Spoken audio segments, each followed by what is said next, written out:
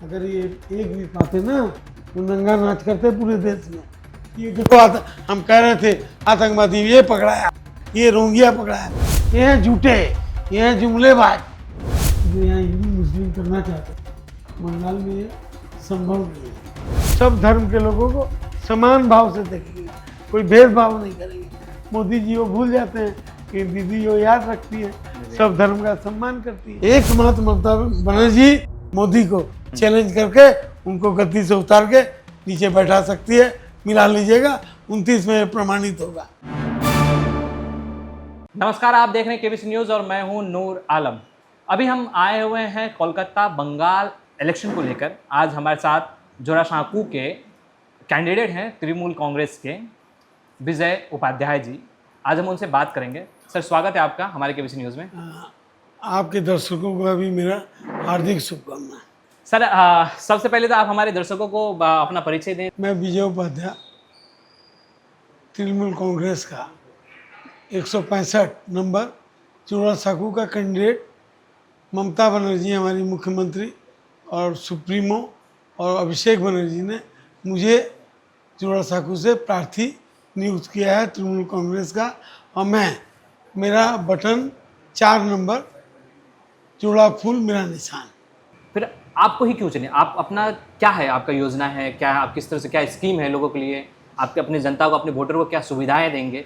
आप थोड़ा सा क्लेरिफाई कीजिए कि लोग आपको चुने तो आखिर क्यों चुने? देखिए, चुनी ममता बनर्जी हमारी नेत्री, चीफ मिनिस्टर अभिषेक बनर्जी। तो ये कहना बड़ा मुश्किल है कि उन्होंने कैसे मुझे चुना, ये तो जवाब वही दे पाएंगी। लेकिन मेरे पे जो उन्होंने विश्वास जताया, तो मैं उनका जो सोच है उस पर खरा उतरूंगा। अच्छा, मुझे ये बताइए सर, आपने कब सोचा कि आपको राजनीति में आना चाहिए? मतलब कि आपने शुरुआत कब की? ऐसा है कि 75-76 मैं छात्र परिषद से जुड़ा, कांग्रेस की राजनीति में छात्र परिषद से जुड़ा। मेरे गुरु सुब्रत मुखर्जी, ये हमारे गुरु हैं। यही ममता बनर्जी के भी गुरु हैं। मतलब एक गुरु से 2 शिष्य निकले हैं, एक ममता बनर्जी और एक आप। काफी लोग शिष्य निकले हैं, उसमें ममता बनर्जी तो टॉपर हैं। और ममता बनर्जी कलकत्ता का मेयर सुब्रत मुखर्जी को बनाया और कहा मैंने अपने गुरु को गुरु दक्षिणा दी 2001 साल में। उस समय वो सीएम नहीं बनी थी। आप ममता जी से एग्जैक्टली किस समय जुड़े थे? देखिए, ऐसा है कि 2017 में मैंने कांग्रेस छोड़ दी। छोड़ के मैं समाजवादी पार्टी में शामिल हुआ। मुलायम सिंह यादव, अमर सिंह हमारे बचपन के मित्र थे।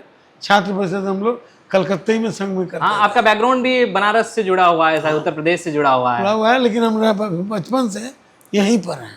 अच्छा, मुझे ये सुनने में आया जो गंगा आरती होती थी बनारस में, आपने उसकी शुरुआत यहाँ कोलकाता में की है। क्या ये सत्य है? ऐसा है कि 20 नंबर वार्ड में मुझे जब 2015 में ममता बनर्जी ने काउंसलर का कैंडिडेट बना के भेजा और मैं वहाँ जाके लड़ा और मैं 4700 वोट से 2015 में वहाँ काउंसलर बना।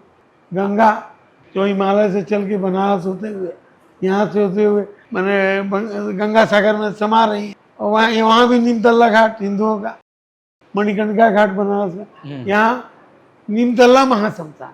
तो हमको मेल नजर आया। हमने कहा कि गंगा आरती क्यों नहीं काउंसलर बनने के बाद यहाँ शुरू की जाए। तो बनारस से हम लोग ले वहाँ गंगा आरती शुरू किया। अब और देव दीपावली शुरू किया, साल में 2 बार होता है। अच्छा। 21,000 दीपों के साथ।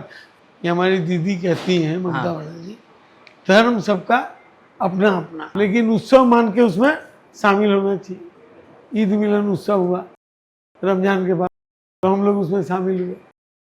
उसके बाद यहाँ रामनवमी बनी, तो रामनवमी का जब जुलूस निकला, हम तो मुस्लिम भाई लोग फूल बरसा रहे थे और शरबत और पानी पिला रहे थे। ये पश्चिम बंगाल की विशेषता है जो भाजपा यहाँ दखल करने आई है कि बंगाल दखल कर लेंगे, तो यहाँ ये संभव नहीं है। हिंदू मुसलमान, लेकिन ममता नहीं बोलती सब धर्म का हम सम्मान करेंगे। क्यों? उन्होंने संविधान के तहत ओथ लिया। जब ओथ लेते हैं तो शपथ खाते हैं कि मैं शपथ खाता हूँ कि मुख्यमंत्री बनने के बाद सबको सब धर्म के लोगों को समान भाव से देखेंगे, कोई भेदभाव नहीं करेंगे। मोदी जी वो भूल जाते हैं कि दीदी वो याद रखती हैं, सब धर्म का सम्मान करती है।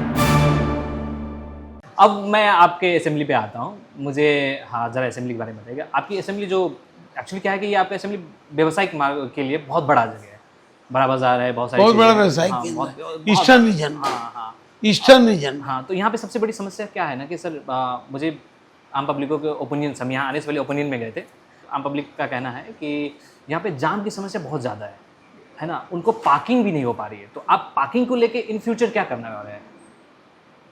मेरी सोच है कि बड़ी बड़ी पार्किंग, जैसे 500 पे कार लग सके, 400 कार लग सके, कहीं बड़ा जगह मिले तो वहाँ 1000 कार की पार्किंग हो सके, ये मेरी सोच है। और जगह है, लेकिन वो जगह केंद्रीय सरकार के पास है। हम लोग चेष्टा करेंगे कि पोर्ट वो जगह या फाइनेंस डिपार्टमेंट वो जगह दे, तो वहाँ ठीक व्यवसायिक केंद्र के पास पार्किंग जोन बन सकता है, जाम की समस्या का समाधान हो जाएगा। आपके स्कीम में पार्किंग है, बस आपको केंद्र से पास कराना है ना। दूसरी चीज़ क्या है सर, बारिश के समय पे थोड़ा सा पानी लग जाता है, पानी जमता है। हाँ, उसका ड्रेनेज ठंडिया में आपका अमर स्ट्रीट में, हाँ तो उससे हम काम करेंगे कि ये जो बरसात होने के समय तो वाटर लॉकिंग होता है, मैक्सिमम 1 से 1.5 घंटा में पानी निकल जाए।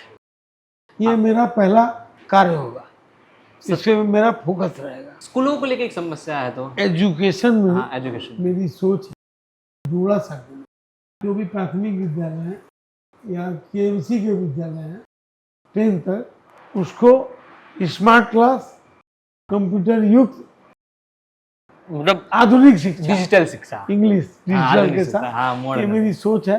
उस पर मैं फोकस करेंगे। रखूंगा, पूरे जुड़ा सकूँ क्षेत्र और खेल कूद पे।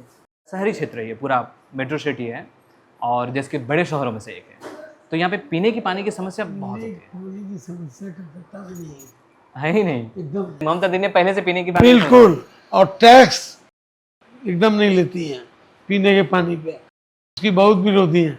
सेंट्रल गवर्नमेंट ने बहुत चेष्टा की कि पानी का आप टैक्स लीजिए, तो उन्होंने पानी का टैक्स, बोले पानी पीने का पानी पे मैं टैक्स नहीं बैठाऊंगा। अच्छा, अब असेंबली से हटके हम बाहर चलते हैं, नेशनल वाइड चलते हैं। अब ये देखिए, ममता बनर्जी जो है, ममता दी, उनकी पकड़ यहाँ पे, मतलब एक वो पावर हाउस है। बंगाल मतलब ममता दी, ममता दी मतलब बंगाल, तो इतनी बड़ी पावर हाउस है। अब सीएम फेस भी वही है स्वयं, लेकिन बीजेपी का क्या है, उनके पास सीएम फेस नहीं है।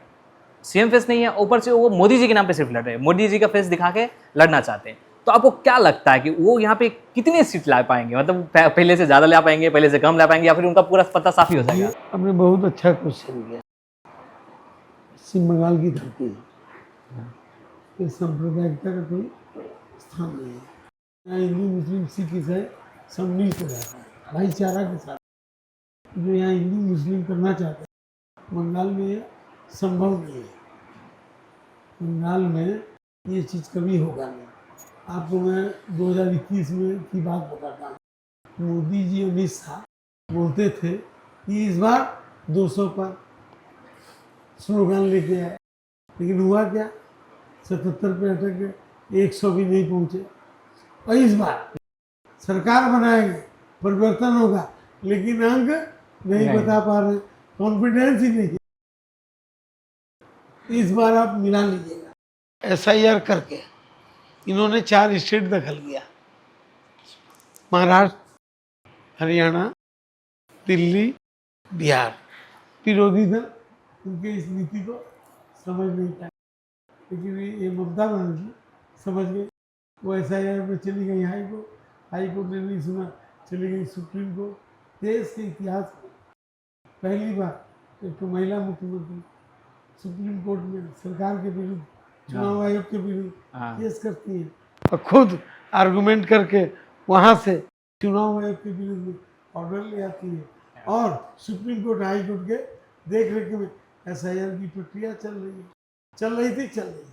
इन्होंने वोटर लिस्ट की घोषणा की और कह दिया या 32 लाख नाम जुड़ गया।